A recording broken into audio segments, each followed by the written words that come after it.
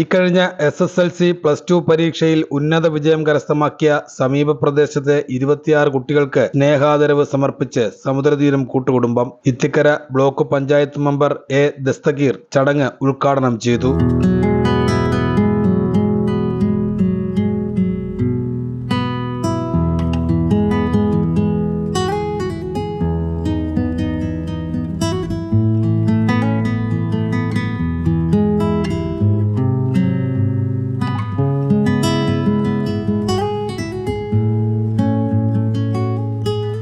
യഥാർത്ഥത്തിൽ ഞാനിവിടെ നിന്നിപ്പം ഏറ്റവും ഈ അടുത്ത സമയത്ത് ഞാൻ കേട്ടതിൽ എൻ്റെ ഹൃദയസ്പർശിയായി കേട്ട ഏതാനും വാക്കുകളാണ് ശ്രീ റൂബൽ സിംഗ് ഈ വിദ്യാർത്ഥികളോട് നടത്തിയ ആ സംഭാഷണം.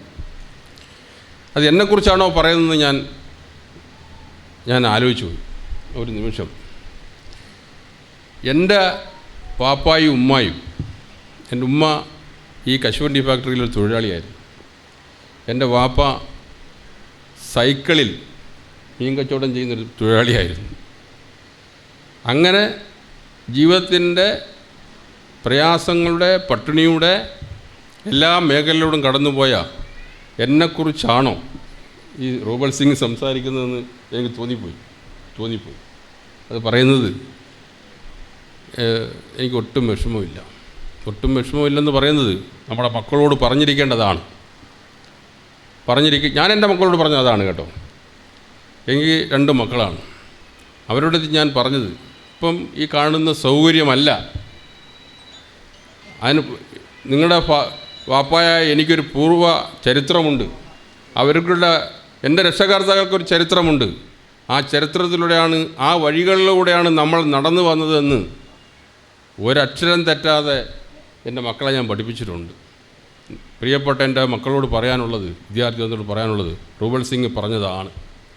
പാറ പിടിക്കാൻ പോകുന്ന, കിളയ്ക്കാൻ പോകുന്ന, ഡ്രൈവറായി പോകുന്ന, കൊയ്യാൻ പോകുന്ന, പാറ പൊട്ടിക്കാൻ പോകുന്ന, കഠിനമായി ജോലി ചെയ്യുന്ന നമ്മുടെ രക്ഷകർത്താക്കൾ, തൊഴിലുറപ്പിന് പോകുന്ന, കശുവണ്ടി ഫാക്ടറിയിൽ പോകുന്ന, കൊഞ്ചു നുള്ളാൻ പോകുന്ന നമ്മളെ രക്ഷകർത്താക്കൾ, നിങ്ങൾ പഠിക്കുന്ന ഓരോ നിമിഷവും നമ്മളെ രക്ഷകർത്താക്കൾ അനുഭവിച്ച അതിൽ നിന്ന് മാറ്റി കൊണ്ടുവരാനും ഓർമ്മയോട് കൂടി വേണം പ്രവർത്തിക്കാൻ എന്നാണ് എനിക്ക് പറയാനുള്ളത്. പിന്നെ ഈ സ്ഥാപനം, യഥാർത്ഥത്തിൽ ഈ സ്ഥാപനം ഈ പ്രായമായ ആളുകളെ താമസിപ്പിച്ച് സംരക്ഷിക്കുന്നൊരു സ്ഥാപനം മാത്രമല്ല, ഈ സമൂഹത്തിലെ നാനാ വിദ്യാർത്ഥികളെ, കലാസാംസ്കാരിക രംഗത്ത് പ്രവർത്തിക്കുന്നവരെ, എന്തിനേറെ പറയുന്ന കണ്ണിന് കാഴ്ചയില്ലാത്ത ആയിരക്കണക്കിന് ആളുകൾക്ക് വെളിച്ചം കൊടുത്ത ഒരു മഹാപ്രസ്ഥാനമാണ്.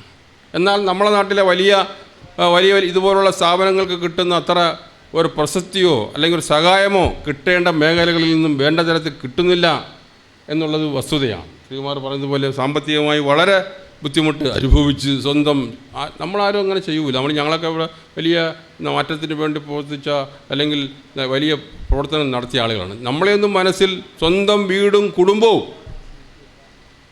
എഴുതി ഇതുപോലുള്ള പ്രസ്ഥാനങ്ങൾക്ക് എഴുതി കൊണ്ട് ഇത് മഹനീയമായ പ്രവർത്തനം റൂബൽ സിംഗിനെ നമ്മൾ എത്രമാത്രം പഠിക്കാനും അത് അദ്ദേഹത്തിന് എങ്ങനെ കഴിയുന്നു എന്നുള്ളതിനെക്കുറിച്ച് വളരെ വിശദമായി പഠിക്കേണ്ട ഒരു പാഠം തന്നെയാണെന്നാണ് എനിക്ക് പറയുവാനുള്ളത്. Additional district magistrate G. Nirmal Kumar വിജയിച്ച കുട്ടികൾക്കുള്ള ആദരവ് സമർപ്പണം നടത്തി.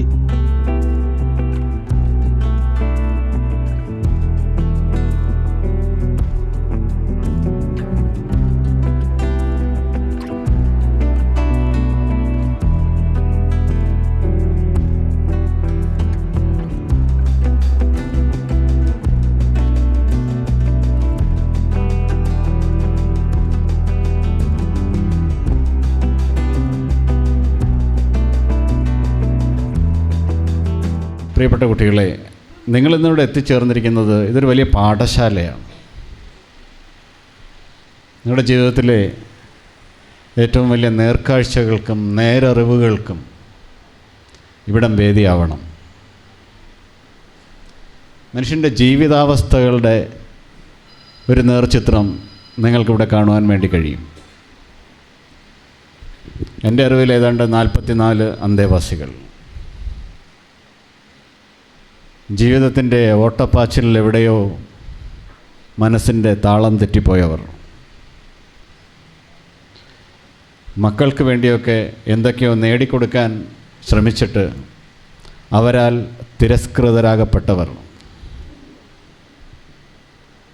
ഇവിടെ എന്താ നടക്കുന്നതെന്ന് പോലും മനസ്സിലാകാതെ മറ്റേതോ ലോകത്ത് ഇപ്പോഴും എന്തൊക്കെയോ ചിന്തിച്ച് കൂട്ടിക്കൊണ്ടിരിക്കുന്നവർ. അങ്ങനെ സമൂഹത്തിൻ്റെ ഒരു വല്ലാത്ത ചിത്രമാണ് കുഞ്ഞുമക്കളെ നിങ്ങളുടെ മുന്നിലുള്ളത്. നിങ്ങൾ ഇതിൽ നിന്ന് എന്ത് പാഠം പഠിക്കുന്നു എന്നുള്ളതാണ് ഏറ്റവും പ്രധാനം. നിങ്ങളുടെ ഉന്നത വിജയത്തിനെ, നിങ്ങൾ നേടിയ അംഗീകാരങ്ങളെ അത് മഹത്തരമാക്കുന്നത് സമൂഹത്തിന് നിങ്ങൾ നൽകുന്ന സംഭാവനകളിലൂടെയാണ്. ഇവിടെ സൂചിപ്പിച്ചതുപോലെ നിങ്ങളെങ്ങനെ ഒരു നല്ല മനുഷ്യനാകുന്നു, നിങ്ങളെങ്ങനെ സമൂഹത്തിന് ഉതകുന്ന ഒരു വ്യക്തിയായി മാറുന്നു എന്നുള്ളതാണ് അടിസ്ഥാനം. അപ്പോൾ അത്തരത്തിൽ നോക്കുമ്പോൾ നിങ്ങളെ ഏറ്റവും നന്നായി പഠിപ്പിക്കാൻ കഴിയുന്ന ഒരു പാഠശാലയിലാണ് നിങ്ങളിപ്പോൾ എത്തിയിട്ടുള്ളത്. അപ്പോൾ ഇത്തരത്തിൽ എങ്ങനെ സമൂഹത്തിൽ അല്ലെങ്കിൽ നമ്മളെപ്പോലെയൊക്കെ തന്നെ ജീവിച്ചു വന്നവർ പിന്നീട് എങ്ങനെ ഇങ്ങനെയൊക്കെ ആയിത്തീരുന്നു എന്ന വലിയ ചോദ്യങ്ങൾക്ക് മറുപടികൾ ഒരുപാടുണ്ടാവും. കാര്യം ഈ 44 പേർക്ക് ഞാൻ അദ്ദേഹം നേരത്തെ സൂചിപ്പിച്ചതുപോലെ ഞാൻ വന്നവരുമായിട്ട് ശരിക്ക് ഇടപഴകുകയും സംസാരിക്കുകയൊക്കെ ചെയ്തിരുന്നു ഒരു ദിവസം. അപ്പോൾ അതിൽ നിന്നുമൊക്കെ നമുക്ക് മനസ്സിലാവുന്ന 44 കഥകളുണ്ടാവും ഇതിന്. പക്ഷെ അതിനൊക്കെ ഒരു ഏകതലം വരും. ഒറ്റപ്പെട്ടു പോയി, ജീവിതത്തിൻ്റെ ഒരു നിർണായക ഘട്ടത്തിൽ ഒറ്റപ്പെട്ടു പോയോ. അപ്പോൾ അവരെ ചേർത്ത് പിടിക്കുക, അവരെ തൻ്റെ ഒരു ഭാഗമാക്കുക, തൻ്റെ അച്ഛനും അമ്മയും അല്ലെങ്കിൽ സഹോദരനും സഹോദരിയോ മകനോ മകളോ ആയി കാണാനും അവരെ പരിപോഷിപ്പിക്കാനുമുള്ളൊരു മനസ്സെന്ന് പറഞ്ഞാൽ അതാണ് ഏറ്റവും വലിയ ജീവകാരുണ്യ പ്രവർത്തനം. അതാണ് ഒരു മനുഷ്യൻ്റെ ഏറ്റവും ഉന്നതമായ സ്ഥാനം. അതിന് കഴിയണം എന്നുള്ളത് തന്നെയാവണം നമ്മുടെ ഏറ്റവും വലിയ, കുട്ടികളെ സംബന്ധിച്ച് നിങ്ങളുടെ മനസ്സിലുണ്ടാവേണ്ട ഏറ്റവും വലിയ കാര്യം ജീവിതമെന്ന് പറഞ്ഞത് നമുക്ക് നിസ്സാരമായി പറഞ്ഞു കൊള്ളാൻ കഴിയില്ല. വളരെ കോമ്പറ്റീറ്റീവാണ്. മത്സര പരീക്ഷകളുടെ ഒരു വല്ലാത്ത കാലത്തിലൂടെയാണ് നമ്മൾ കടന്നു പോകുന്നത്. ഒരു മാർക്ക് കുറയുന്നവൻ പിന്തള്ളപ്പെട്ടു പോകുന്നൊരു സാഹചര്യം. അതാണ് ഇത്തരം ട്രെയിനിങ് സെൻറ്ററുകളിലൂടെ വീണ്ടും വീണ്ടും ട്രെയിൻ ചെയ്ത് റീറിപ്പീറ്റ് ചെയ്ത് വീണ്ടും നേടിയെടുക്കാൻ ശ്രമിക്കുമ്പോൾ ഇതെല്ലാം ചെന്ന് തീരുന്നിടത്തു നിന്നാണ് നമ്മൾ ഒന്നും നേടിയിട്ടില്ല എന്ന തിരിച്ചറിവുണ്ടാവുന്നത്. അതാണ് ഇത്തരം സ്ഥാപനങ്ങളിൽ കൊണ്ടെത്തിക്കുന്നത്. ഇപ്പോൾ ജീവിതത്തിൻ്റെ വേഗപ്പാച്ചിലിനൊടുവിൽ അതിനോടൊപ്പം ചേരണ്ടെന്നല്ല, നമുക്കും ജീവിച്ചു പോകണം, നമുക്ക് ആ സ്പീഡിനോടൊപ്പം നീങ്ങിയാലേ പറ്റൂ, കുട്ടികളായാലും. പക്ഷേ അപ്പോഴും നമ്മുടെ ഉള്ളിൽ കുറച്ച് കനിവ് ബാക്കി വയ്ക്കണം, കുറച്ച് ദയയും സ്നേഹവും സ്നേഹവായ്പും ബാക്കി വയ്ക്കണം. അത് സ്വന്തം മാതാപിതാക്കളോടും സമൂഹത്തോടും. ഒരു A+ കുറഞ്ഞു പോയവൻ മോശക്കാരനൊന്നുമല്ല. ഈ ഫുൾ A+ൻ്റെ മഹത്വം പറയുമ്പോഴും ഒരു A+ കുറഞ്ഞു പോയി, 2 A+ കുറഞ്ഞു പോയി, ഒന്നും സംഭവിക്കില്ല. അവരൊക്കെ വലിയ ജീവിത വിജയങ്ങൾ നേടിയിട്ടുണ്ട്. അതുകൊണ്ട് ഒരു A+ കിട്ടി, ഫുൾ A+ കിട്ടി, ഫ്ലെക്സ് വരുമ്പോൾ എല്ലാം തികഞ്ഞു എന്ന് ഒരിക്കലും ചിന്തിക്കരുത്. ഇതൊരു തുടക്കം മാത്രമാണ്. ഇതേ വേഗതയിൽ, ഇതിനേക്കാൾ വേഗതയിൽ മുന്നോട്ടോടിയാൽ മാത്രമേ നമുക്ക് വീണ്ടും പുതിയ ലോകങ്ങൾ എത്തിപ്പിടിക്കാൻ വേണ്ടി കഴിയുകയുള്ളൂ. പക്ഷെ അപ്പോഴും ഞാൻ നേരത്തെ സൂചിപ്പിച്ചതുപോലെ ഒരു മനുഷ്യനാവണം എന്ന ചിന്ത മാതാപിതാക്കളും കുട്ടികളിലേക്ക് ചെലുത്തണം. കാരണം കുട്ടികളെ ഇങ്ങനെ മത്സരിപ്പിക്കാൻ വേണ്ടി മാത്രം വിടുമ്പോൾ നിങ്ങളൊരു കാര്യം തിരിച്ചറിയേണ്ടതുണ്ട്. നിങ്ങൾ പ്രായമാകുമ്പോഴും കുട്ടികൾ മത്സരിച്ചുകൊണ്ടേയിരിക്കും. അവർക്ക് മത്സരിക്കാൻ മാത്രമേ സമയമുണ്ടാവൂ. അവർക്ക് പുതിയ ലോകങ്ങളും പുതിയ സ്ഥലങ്ങളുമൊക്കെ നേടിയെടുക്കാനുള്ള ഓട്ടപ്പാച്ചിലായിരിക്കും. തിരസ്കൃതരായി പോകുന്നത് മാതാപിതാക്കളാണ്. അപ്പോൾ ഒട്ട് സ്നേഹം നമ്മൾക്കൂടെ ബാക്കി വെച്ചിട്ട് അതിൻ്റെ പാഠങ്ങളിലൂടെ അവരെ പഠിപ്പിച്ചു കൊടുത്തിട്ട് വേണം ഈ മത്സരങ്ങൾക്ക് വേണ്ടി തയ്യാറെടുപ്പിക്കാൻ. അപ്പോൾ അത്തരത്തിൽ നിങ്ങൾക്കെല്ലാവർക്കും കഴിയട്ടെ. ഈ കുഞ്ഞുമക്കൾക്ക് എല്ലാവിധ ആശംസകളും നന്മകളും നേരുന്നു. നന്ദി, നമസ്കാരം.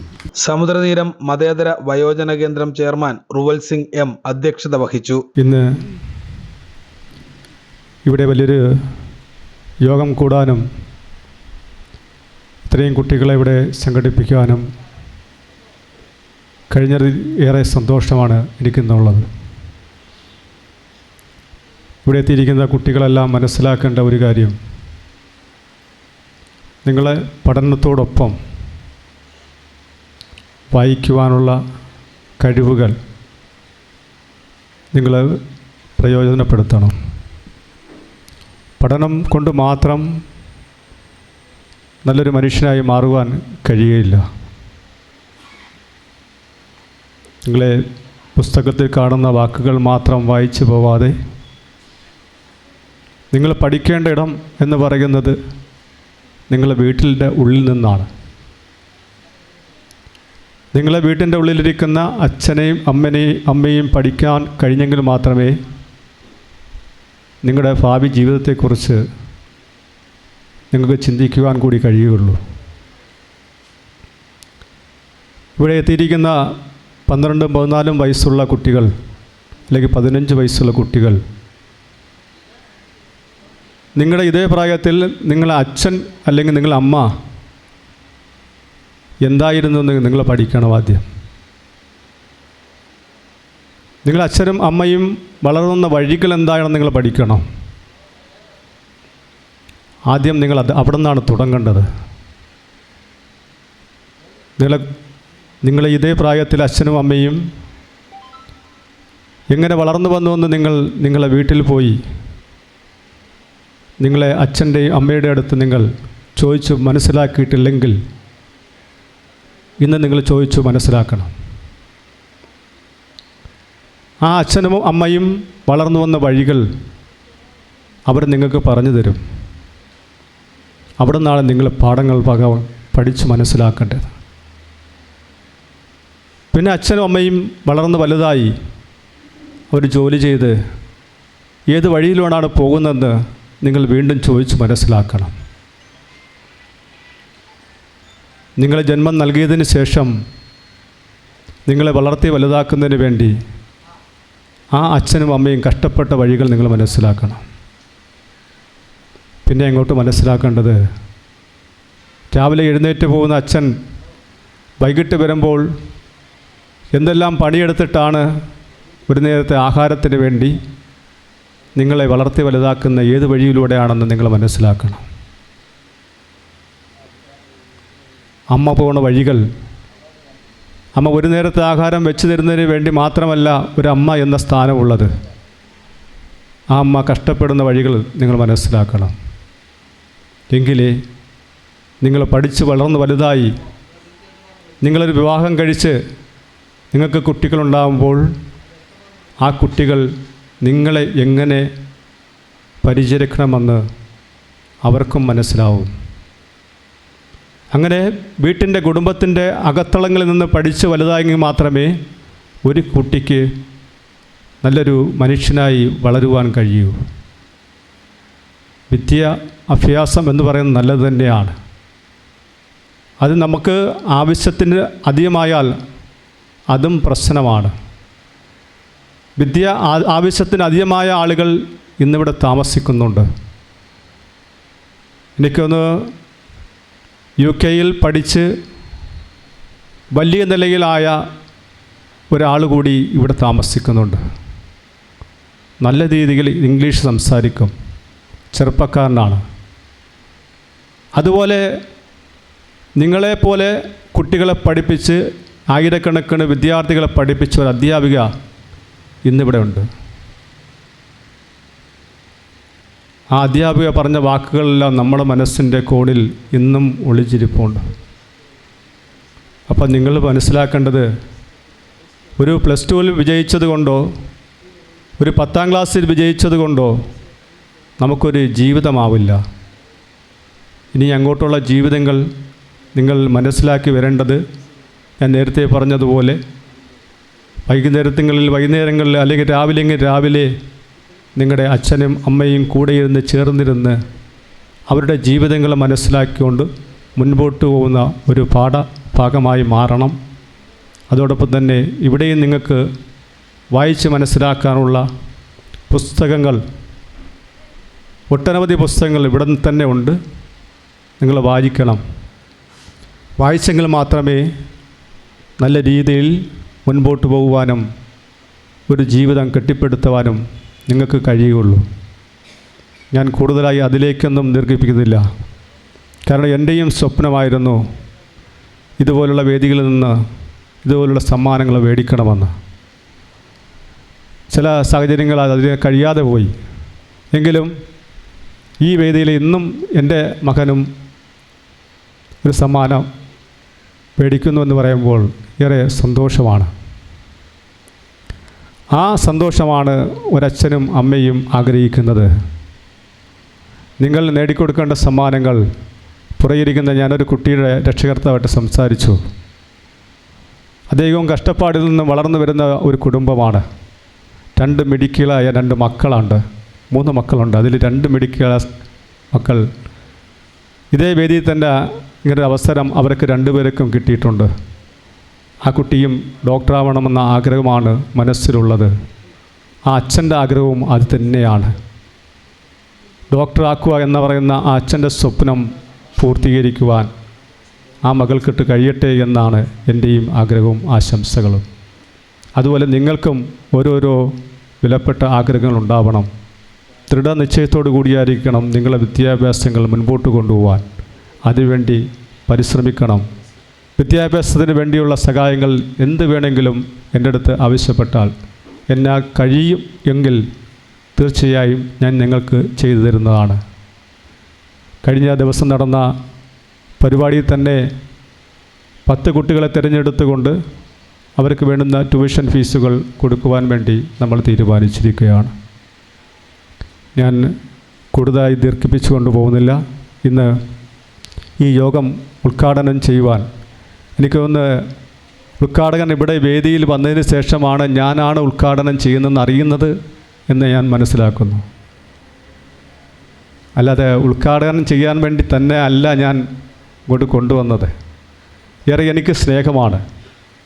കാര്യം കഴിഞ്ഞ ദിവസവും പ്രവാസി മലയാളികളുടെ കൂട്ടായ്മ ഇവിടെ വന്ന് ഈ സമുദ്രം കൂട്ടുകുടുംബത്തിലെ അച്ഛന്മാർക്കും അമ്മമാർക്കും 1,05,000 രൂപ അവരുടെ കൂട്ടായ്മ സഹായം തരുന്നതിന് മുൻപന്തിയിൽ നിന്ന് പ്രവർത്തിച്ച ഒരു വ്യക്തി കൂടിയാണ് ഇന്നിവിടെ ഉദ്ഘാടനം ചെയ്യാൻ പോകുന്ന ആൾ.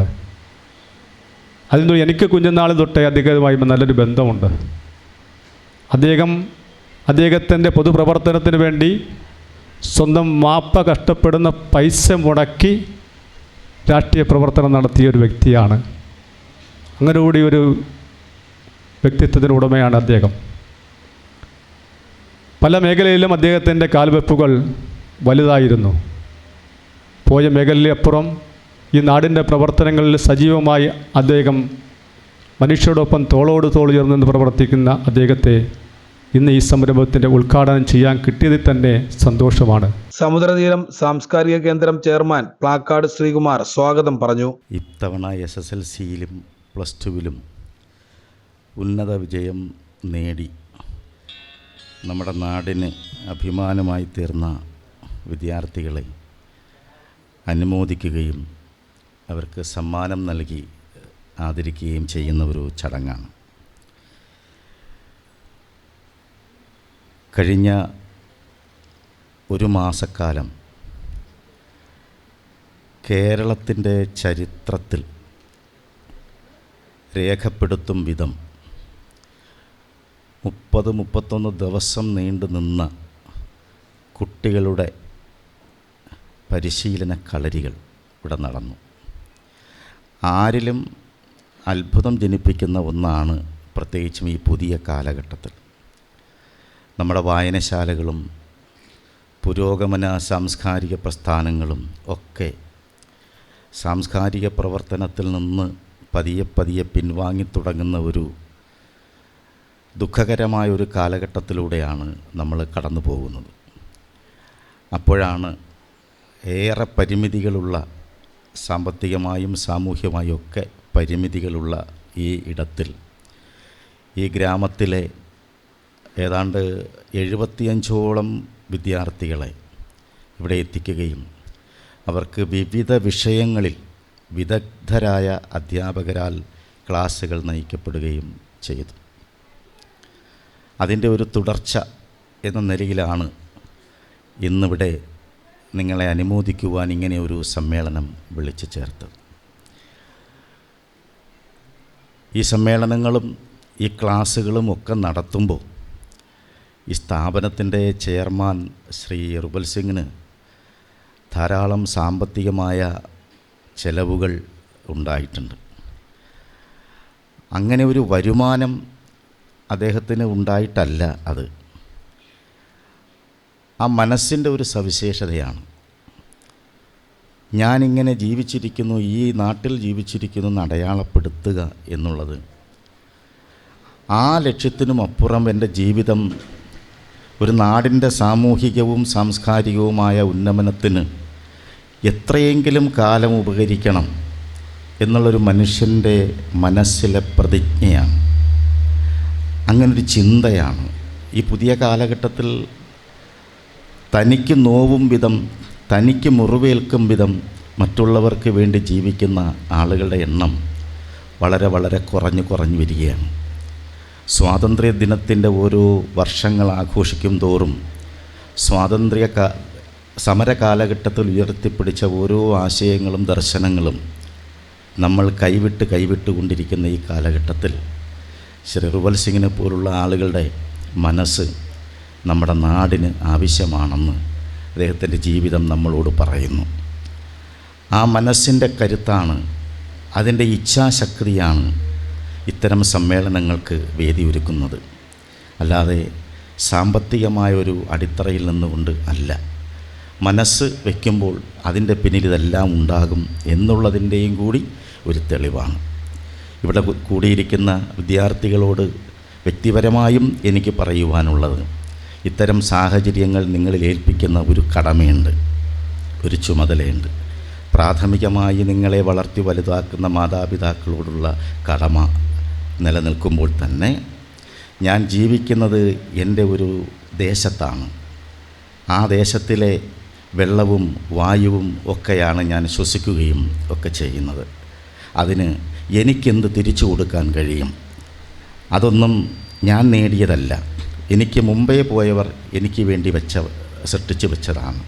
അത് ഞാനെടുക്കുമ്പോൾ എനിക്കത് തിരിച്ചു കൊടുക്കാൻ കഴിയണം. വിദ്യാഭ്യാസത്തോടൊപ്പം അക്ഷരങ്ങൾ പഠിക്കുന്നതോടൊപ്പം ചോദ്യോത്തരങ്ങൾ പഠിക്കുന്നതിനോടൊപ്പം അതിനേക്കാൾ വലുതാണ് നാം ജീവിക്കുന്ന കാലത്തെയും ജീവിക്കുന്ന സാഹചര്യത്തെയും കുറിച്ച് പഠിക്കുന്നത്. അതാണ് അതിലും വലിയ പാഠം എന്ന് നിങ്ങൾ ഉൾക്കൊള്ളണം. ഇത്തരം സമ്മാനങ്ങൾ എന്ന് വെച്ചാൽ നിങ്ങളെ മാനിക്കുന്നു, നിങ്ങളെ അംഗീകരിക്കുന്നു. ഈ അംഗീകാരങ്ങൾ ഏറ്റുവാങ്ങുമ്പോൾ അത്തരം വലിയ വലിയ കടമകൾ കൂടി നിങ്ങളുടെ മനസ്സിലുണ്ടാകട്ടെ എന്നും റുബൽ സിംഗിനെ പോലുള്ള ആളുകളുടെ മാതൃകകൾ പിന്തുടരുവാൻ ആവും വിധം നിങ്ങൾക്കൊക്കെ കഴിയട്ടെ എന്ന് ആശംസിച്ചുകൊണ്ട് ചടങ്ങിന്റെ ഭാഗമായി സമുദ്രതീരം കൂട്ടുകുടുംബത്തിലെ കിടപ്പ് രോഗികളായ അച്ഛനമ്മമാർക്ക് ജീവകാരുണ്യ പ്രവർത്തകൻ മധുകുമാർ 10,000 രൂപയുടെ ഡയപ്പർ ബാഗുകൾ വാങ്ങി നൽകി. കുട്ടികൾക്ക് എല്ലാവിധ ആശംസകളും ഇതോടൊപ്പം നേരുന്നു. സമുദ്രതീരം തുടങ്ങിയ ആ കാലം മുതൽ തന്നെ ഞാൻ ഇതുമായിട്ട് ബന്ധപ്പെടുന്നുണ്ട്, റുബൽ സിംഗ് സാറുമായിട്ട് ബന്ധപ്പെടുന്നുണ്ട്. എന്നെക്കൊണ്ടാവുന്ന കാര്യങ്ങൾ ചെയ്യുന്നുമുണ്ട്. പിന്നെ ഞങ്ങളുടെ നേരത്തെ പറഞ്ഞ പോലെ ഒരു സംഗീത കൂട്ടായ്മയുണ്ട് ചാത്തന്നൂർ. അതിൽ ഇവിടെ പലപ്പോഴും ഇവിടെ വന്ന് പ്രോഗ്രാം ചെയ്യാറുണ്ട്. അതിനുള്ള സംവിധാനം ഇവിടെ ചെയ്തു തരാറുണ്ട്. അതും കൂടെ സ്മരിച്ചുകൊണ്ട് എല്ലാ കുട്ടികൾക്കും ആശംസകൾ അർപ്പിച്ചുകൊണ്ട് നിർത്തുന്നു. സമുദ്ര സാംസ്കാരിക കേന്ദ്രം രക്ഷാധികാരി N Jayachandran, doctor R Jayachandran, Samudra library arts and sports club secretary N Sreekantan Nair, Samudratheeram മതേതര വയോജന കേന്ദ്രം പ്രസിഡന്റ് ശരത്ചന്ദ്രൻ പിള്ള, മാമ്പള്ളി GR രഘുനാഥൻ, സന്തോഷ് പാരിപ്പള്ളി തുടങ്ങിയവർ ചടങ്ങിൽ ആശംസകൾ അർപ്പിച്ചു. വിഷമമുണ്ട് ഇല്ലേ? ഞാനൊരു സംഭവം പറയാം. തമിഴ്നാട്ടിലെ വർഷങ്ങൾക്ക് മുമ്പ് നടന്നൊരു സംഭവം നിങ്ങൾക്ക് അറിയാമായിരിക്കും. ഒരു കുട്ടി 3ാം ക്ലാസ്സിൽ പഠിക്കുമ്പോൾ എൻ്റെ രക്ഷകർത്താവിനെ വിളിച്ചിട്ട് പറഞ്ഞു, നിങ്ങളുടെ മകനെ ഈ സ്കൂളിൽ നിന്ന് മാറ്റിക്കൊണ്ട് പോകണം, കാരണം അവന് കണക്കിന് 2 മാർക്കേ ഉള്ളൂ. വളരെ പാവപ്പെട്ട ചുറ്റുപാടിലുള്ള ആ കുട്ടിയുടെ അമ്മ കാല് പിടിച്ച് പറഞ്ഞു, എനിക്ക് മറ്റൊരു സ്കൂളിൽ കൊണ്ട് ചേർക്കാനുള്ള നിവൃത്തിയില്ല, സാമ്പത്തികമായിട്ട് ഞങ്ങൾ വളരെ പിന്നോക്കം നിൽക്കുന്നതാണ്. അപ്പോൾ അവർ പറഞ്ഞു, ഞങ്ങളുടെ സ്കൂളിൻ്റെ അന്തസ്സിന് ഗ്ലാനി സംഭവിക്കുന്ന ഒരു കാര്യവും ഞങ്ങൾ ചെയ്യത്തില്ല, നിങ്ങൾ ഈ കുട്ടിയെ കൊണ്ടുപോകണം, അല്ലെങ്കിൽ ഞങ്ങൾ പുറത്താക്കും. ഒടുവിൽ അമ്മ ആ കുട്ടിയെ മറ്റൊരു സ്കൂളിൽ കൊണ്ട് ചേർത്തു.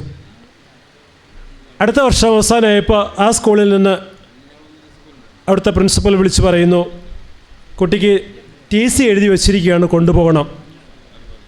അങ്ങനെ അമ്മ വളരെ പ്രയാസത്തോടെ അവിടെ ചെന്ന് ചോദിച്ചു, എന്താ കാര്യം? കുട്ടിക്ക് ഇംഗ്ലീഷിൽ എഴുതാൻ അറിയില്ല, കണക്ക് ഒന്നുമേ അറിയില്ല. അമ്മ വളരെ കഷ്ടപ്പെട്ടൊക്കെ പറഞ്ഞു നോക്കി, വളരെ ബുദ്ധിമുട്ടി സങ്കടത്തോടെയൊക്കെ പറഞ്ഞു നോക്കി.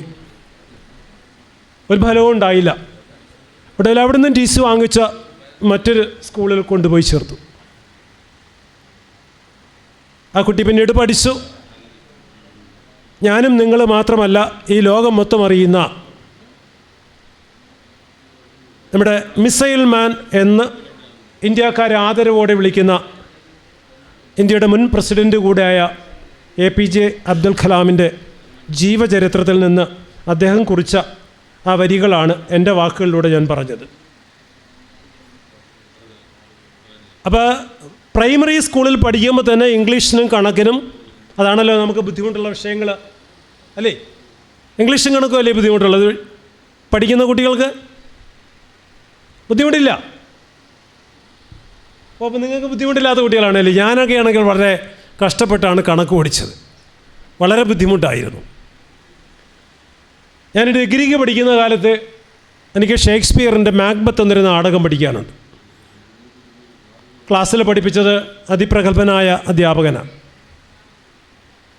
പക്ഷേ അന്നത്തെ വിദ്യാർത്ഥി കാലഘട്ടത്തിൽ ഈ ക്ലാസ്സിലൊന്നും കൃത്യമായിട്ട് കയറിയിരിക്കാത്തത് കൊണ്ട് ആ ഷേക്സ്പിയർ എന്ന നാടകം പിന്നെ ഞാൻ പഠിച്ചത് പരീക്ഷാ സമയത്ത് ഞങ്ങൾ 2-3 സുഹൃത്തുക്കൾ ചേർന്ന് ഒരു മരത്തിൻ്റെ മൂട്ടിലിരുന്നാണ് പഠിച്ചത്.